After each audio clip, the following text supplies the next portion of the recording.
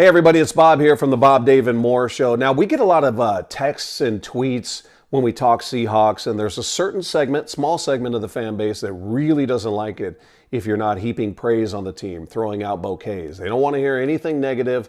So for those fans, I want to give you a couple seconds to run into the other room or put your fingers in your ears or just close the video, whatever you need to do. Okay, now for the rest of you that watch this absolute dumpster fire of a game, let's start with the obvious, the injuries going in. We knew this team was injured. There are a lot of question marks going in, whether we're talking about Dwayne Brown, Shaquille Griffin, Jadeveon Clowney. I get that their absence had an impact. The Seahawks had an entire week to prepare for their absence. There's a reason they were on the injury report. They understood that they might not be able to go, thus preparing the guys behind them.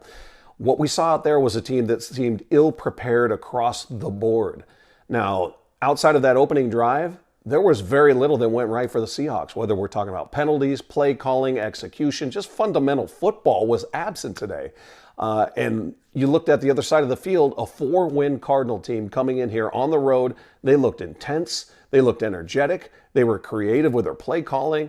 They looked like they had something on the line. The Seahawks are the team that came in playing for the #1 overall seed, playing for a bye, playing for home field advantage, all of that. There was meaning to this game as much as there's a group of people saying, well, it's all about the division. Don't worry about any of that other stuff. The effort we saw today was absolutely pitiful. And it's a reason to make you concerned going into this game against the 49ers and into the postseason, because we've seen it towards the end of the Panther game. We saw it in the Rams game. And today it was pretty much beginning to end a complete and utter failure. Now, this team is riddled with injuries. You lost your 2 running backs. You're down to your 4th string rookie running back. So they'll bring somebody in. But the idea that they're going to come in and have an impact isn't being realistic. So what you're counting on now is Pete Carroll, who got his butt kicked today. He did. That coaching staff got used in this game.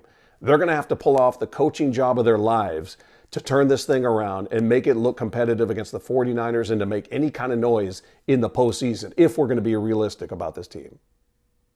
Here at CenturyLink Field, where the Seahawks have fallen to the Cardinals week 16. There's still a chance to get a top seed with a win over the San Francisco 49ers, but I think there's more concerns and questions than anything else coming out of this week, particularly injury related and about protection up front. That the defense struggled wasn't too surprising. I think I expected a better performance from them, but they were short 3 starters in Quandre Diggs, Jadeveon Clowney, and cornerback Shaquille Griffin, who's been having his best season as a pro. In addition, offense is Arizona's strength. You've got a really promising quarterback with Kyler Murray, future Hall of Famer with Larry Fitzgerald, and Kenyon Drake, who had 4 touchdowns last week and already leads the team in rushing despite being there 6 weeks. What I didn't expect were the struggles that Seattle had on offense. In Pete Carroll's press conference post-game, I think he hinted that a lot of that was because of protection up front. And, I mean, it checks out when you look at just the numbers. Chandler Jones, the Cardinals' leading edge rusher, sacked Russell Wilson 4 times alone and had 6 quarterback hits. Cardinals' defense is one of 2 teams in the league that are allowing 400 or more yards on average from opposing offenses. Biggest concern for Seattle might not even be their play from today. I think it's the injuries they have coming out of this game. Both CJ Prosise and Chris Carson are feared to be lost for the year. Chris Carson with a hip injury, CJ Prosise with an arm injury. Pete Carroll said he's still waiting on final results for Chris Carson, but that's the expectation. Left tackle Dwayne Brown will have surgery tomorrow. Unlike Carson, he's got a chance to return for the season. Probably one Seattle's going to be looking to forget, but they're still very much in it. There's a chance to still get a top seed, secure a bye week with a win over the 49ers in week 17. So we'll be previewing that game this week, taking calls and questions tomorrow on Tom, Jake, and Stacy. Be sure to tune in to Danny and Gallant at 9:30 to hear the Pete Carroll Show, and later from noon to 3 on 710 ESPN or the 710 ESPN Seattle Sports app. Look at those kids working so hard. You gotta do it. I'm doing the quick work, purple boys. Oh, that's so awful. I mean, like, that was bad.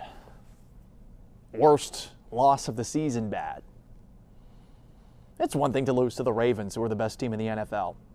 It's another thing to lose to the New Orleans Saints with Teddy Bridgewater. They're one of the best teams in the NFL, even with a backup quarterback. It's another thing to lose to the Los Angeles Rams. You lost to the Arizona Cardinals, a team with nothing to play for, a team with a not very good offensive line, a team with one of the worst defenses in the league after Chandler Jones.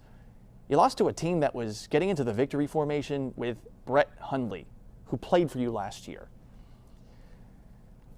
I don't really know what was a positive coming out of this game. The first drive, I mean, they marched right down the field. They didn't even face a third down, 89 yards. But after that, Kenyon Drake gets an 80-yard touchdown, and Seattle just looked slow defensively. I'm not even mad about the defense that much because this is a defense that was without Jadeveon Clowney, without Quandre Diggs, without Shaquille Griffin. But it's one thing to allow Kyler Murray to run around you in circles. The Catman. We're going to call him that as his nickname going forward because he's quick like a cat. But Brett Hundley in the fourth quarter is beating you. And then offensively, I get there are some injury concerns. Dwayne Brown has to have knee surgery. Who knows if he plays the rest of the year? Chris Carson's probably out for the year. CJ Prosise is out for the year. You're already without Rashad Penny.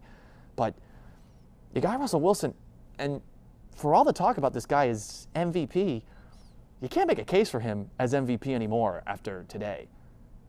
8 targets to Tyler Lockett, 1 completion. No catches for DK Metcalf. 5 sacks on the game. The Seahawks offense, it's their bread and butter. I don't know how you can feel good about the offense going forward when Travis Homer is going to be their starting running back likely going into the playoffs. We'll talk about this loss tomorrow at 9:30 on the Pete Carroll Show with Pete Carroll. It's going to be Danny O'Neill and me, plus Michael Bumpus. So don't miss it. And hopefully the Seahawks can turn this thing around, but yikes. Right now, this is rock bottom.